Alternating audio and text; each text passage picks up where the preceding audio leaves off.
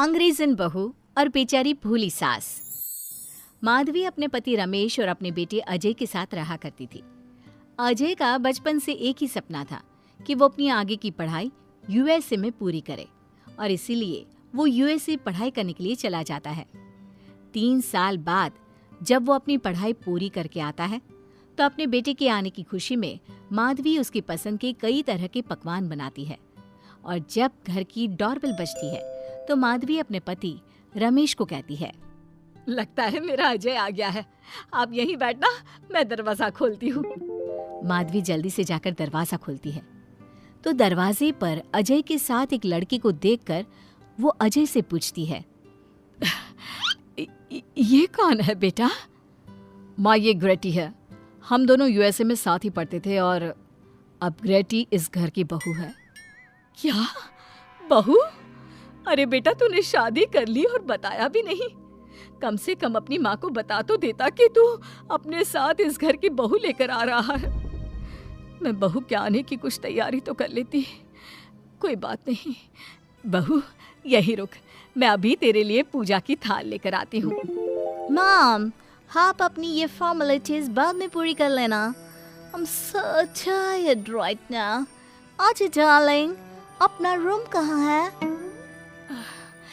कोई बात नहीं बहू, तुम पहले आराम कर लो, तब तक मैं तुम्हारे लिए चाय बना कर लाती हूँ। ग्रेटी अपनी सास की किसी भी बात का कोई जवाब नहीं देती और अपने रूम में जाकर सो जाती है। कुछ देर बाद माधवी अपने बहू बेटे के लिए चाय नाश्ता लेकर उनके कमरे में जाती है, जहाँ ग्रेटी अपनी सास से कहती है, हाँ चाय, आ चाय। क्या हुआ ग्रेटी? अपनी मॉम को बोलो कि अब ये जब भी हमारे कमरे में आए तो नॉक करके आए। आपसे मैं ऐसा ही करूंगी बहू। वो तो आज ही तुम दोनों आए हो तो मुझे लगा थक गए होंगे, इसलिए जल्दी जल्दी मैं ऐसे ही चाय नाश्ता लेकर आ गई। वो क्या है ना, अजय जब भी बाहर से आता है तो आते ही चाय मांगता है, बस इसीलिए मैं ना ये चाय यहाँ रख देती हूँ, पी लेना, अदरक वाली चाय है।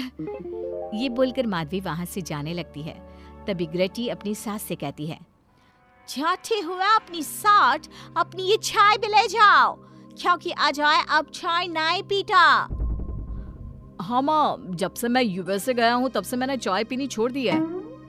अब एक काम करो, हम दोनों के लिए कॉफी ले आओ, मैं सच में बहुत ज्यादा थक गई हूँ। अरे ठीक है, ला देती हूँ। अच्छा बेटा, तुम्हारे मम्मी पापा इंडियन है या फिर वही अंग्रेजी है? मेरे मम्मी पापा इंडियन हैं, पर मैं शुरू से यूएसए में रही हूँ, इसलिए मैं खुद को अंग्रेजन मानती हूँ। वैसे अब जल्दी से जाकर मेरे लिए कॉफी लेकर आओ और मेरे बारे में इतना ज्यादा इंक्वायरी करने का जरूरत नहीं है। अरे हाँ हाँ, अभी लाती हूँ। वैसे बहू, मैं तुम्हें ना इंडिया के सारे तौर तरीके सिखा दूंगी। अरे क्या हुआ, तुम्हारी परवरिश अगर यूएसए में हुई है हाँ तो इंडियन ही ना। आपसे ज्ञान नहीं मांगा है, अब कुछ देर के लिए हम दोनों को अकेला छोड़ दो प्लीज, हाथ छोड़ता है। अपनी बहू की बात सुनकर माधवी वहाँ से चली जाती है। माधवी का उतरा हुआ चेहरा देखकर रमेश माधवी से कहता है, हमने इस नालायक को बाहर पढ़ने के लिए भेजा था और इसने क्या किया, बाहर से अंग्रेजन बहू उठाकर ले आया। माधवी, तुम बहुत भोली हो, पर मैं नहीं। ये लड़की हमारा घर तोड़ देगी, हमसे हमारे अजय को दूर कर देगी।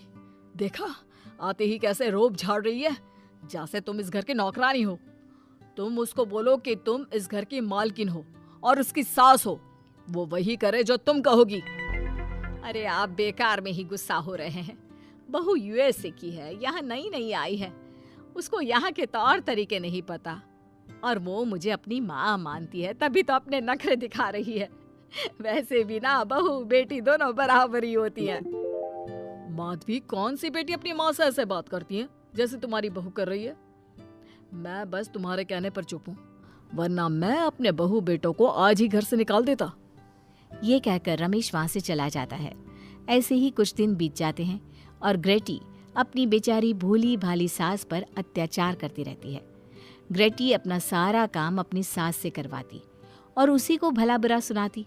ऐसे ही एक दिन माधवी कपड़े धो रही होती है और ग्रेटी माधवी को सताने के लिए अपने सारे कपड़े लाकर उसे देती है और कहती है, मॉम्स, ये मेरे कुछ कपड़े हैं, जरा इन्हें भी धो दो। इतना बोलकर ग्रेटी तैयार होकर घर से जाने लगती है। तभी माधवी उससे कहती है, बहू, आज तुम्हारे ससुर के दोस्त के घर में एक छोटी सी पार्टी है। उन्होंने सहपरिवार बुलाया है। मैं चाहती हूँ कि तुम और अजय भी आज हमारे साथ वहाँ चलो और आज ना साड़ी पहनना।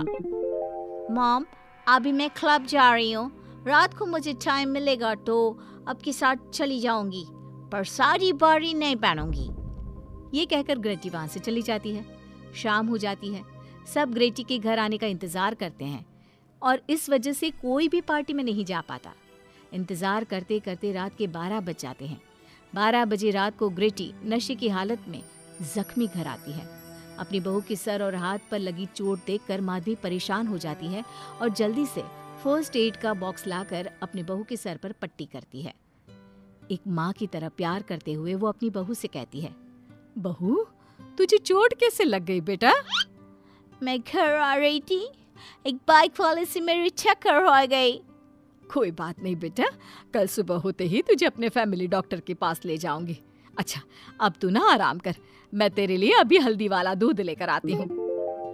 माधवी, मैंने तुम्हें पहले ही समझाया था, ये अंग्रेजन हमारे घर के लिए ठीक नहीं है, पर तुमने मेरी एक नहीं मानी।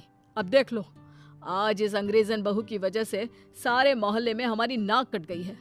आज सब हम पर हंसते हैं और ये सब कुछ तुम्हारी वजह से हुआ है, तुम्हारी छूट की वजह से हुआ है। ये कहकर रमेश अपने रूम में चला जाता है, पर माधवी अपनी बहू की पट्टी करके उसे उसके कमरे में जाकर सुला देती है।